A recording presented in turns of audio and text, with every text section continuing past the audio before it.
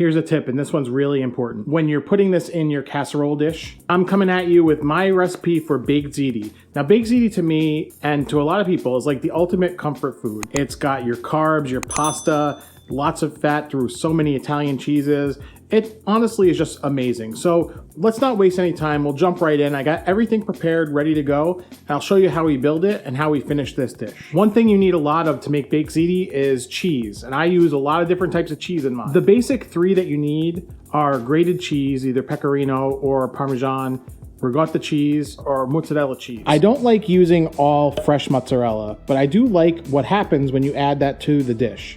So I use a mixture of half and half, low moisture mozzarella cheese, and I'm cubing it up. You could shred it, you could buy pre-shredded, you could do whatever you want. I saved a little of the low moisture and I'm gonna shred that to put on top. And then ricotta cheese is a must. And then you could use either Parmesan or Pecorino Romano. I like to use both.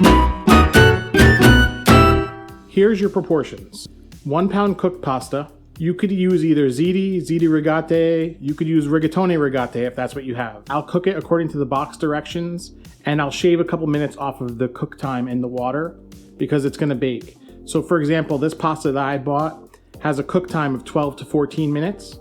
So I'm gonna cook it like 9 or 10 minutes. I don't care about the starch on the outside. This is gonna be baked with a lot of cheese. So when the pasta was finished cooking, what I did was strain it through a colander, and then I rinsed it a little bit with cold water just to cool it down quickly. You might think it's blasphemy, but we're not saucing it directly and plating it directly. We gotta bake this too, so there's really no reason why you need all that starch on the outside of the pasta. The key here, it's gonna make it not stick together, because if you're gonna leave this for the rest of the afternoon before you build your baked ziti, and that pasta sticks together, you're done. 1 to 2 pounds of fresh ricotta. For this, I'm gonna use 1 pound. I think we got plenty of other cheeses here.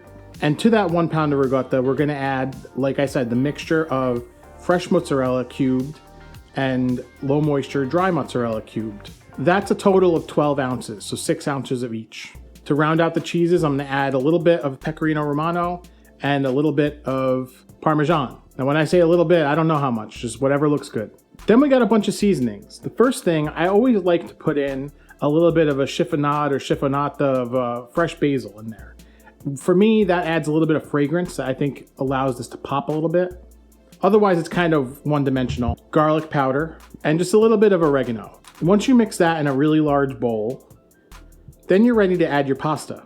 Ooh, there's one thing I almost forgot to add to my cheese mixture because I like to do it. Now this is my basic tomato sauce. I'm gonna leave a link to that in the description below so you can actually make that when you make this recipe. But I like to add about equal volume of that to the ricotta cheese that we use. So 1 pound of ricotta was about 16 ounces. So I'm gonna eyeball it and add about that much of this sauce, which is about a third of what I have here. Now you can go ahead and add your pasta. You gotta be careful. Don't beat it up when you're mixing it in. You wanna make sure it's nice and incorporated. Now you wanna build it in the dish that you're gonna bake it in. I like to use a glass casserole dish because I like to see what's going on inside of there while it's baking.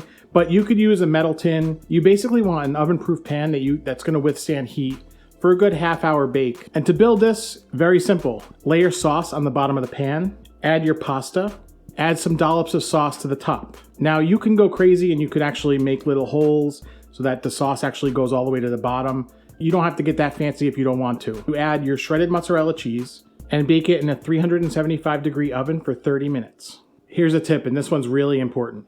When you're putting this in your casserole dish, don't pack it down. You actually want it to stick up a little bit out of there. It's gonna help to create a little bit of texture to this as it bakes. But I can tell you, I learned the hard way. When my brother came to visit me when I was in grad school, I packed that entire thing into like a loaf pan, and it was a dense brick of baked ziti. Delicious, but not exactly what you're looking for. So make sure that you just leave a little bit of air in there. Air is good. It's gonna help. You gotta create pockets where the cheese is gonna melt and the sauce is gonna get all nicey in there. Trust me, you're gonna be a lot better if you don't pack it down. An important consideration when you put it in the oven is, do you wanna do covered with aluminum foil or uncovered? That I'm gonna leave up to you. I like to do mine uncovered, and here's why. I like the sauce on top to kind of dry out and caramelize a little bit and not really steam. I like for the ziti to pick up a little bit of crispiness. As some of the fats and the cheeses melt and the oils kind of rise to the top, it kind of allows for a little bit more texture to develop at the top layer of it. Don't forget, we have sauce at the bottom of this. We have a whole bunch of cheeses in the middle of this, so it's gonna be nice and moist. I just think that by not covering it and baking it for the 30 minutes, it gives you an opportunity to develop some texture at this point. But if you want to cover it and then broil the top for the last minute, you could do that too. That's a perfectly acceptable technique here. But me, I do uncovered. Now that your ziti's out of the oven, you gotta let it sit for a good like 15, 20 minutes. Don't worry, it's not gonna get cold. There's plenty of heat built up in that system. At this point in time, the cheese is just very melty and everything is just super hot. You're gonna open it, it's gonna be like lava. Just let it sit. It'll come to a much more better temperature. Much more better. It'll come to a better temperature so that you could just sit down and enjoy this. And you wanna know what to drink with this? I would say a red wine. You can't go wrong with a Chianti, a Montepulciano, something to that effect. Or just wash it down with a Coca-Cola.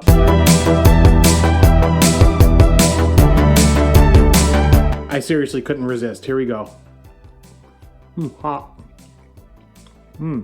Right off the rip, you get that basil. Not overpowering. Definitely get all that cheese. So you get the glory of the low moisture mozzarella. The ricotta cheese really helps to kind of like make it nice and creamy. And then you got the fresh mozzarella, which adds kind of a like a milky kind of taste to it. Really good. And then all the other herbs that we put in there, the oregano, the garlic. So amazing. The tomato sauce, perfect. You gotta make this. If you like food, subscribe to the channel. Make sure you like the video. In addition to tackling all the comfort classics here in the channel, I also do some crazy kicked up versions of Italian dishes. I made flamin' hot chicken parm. You can check that out right here.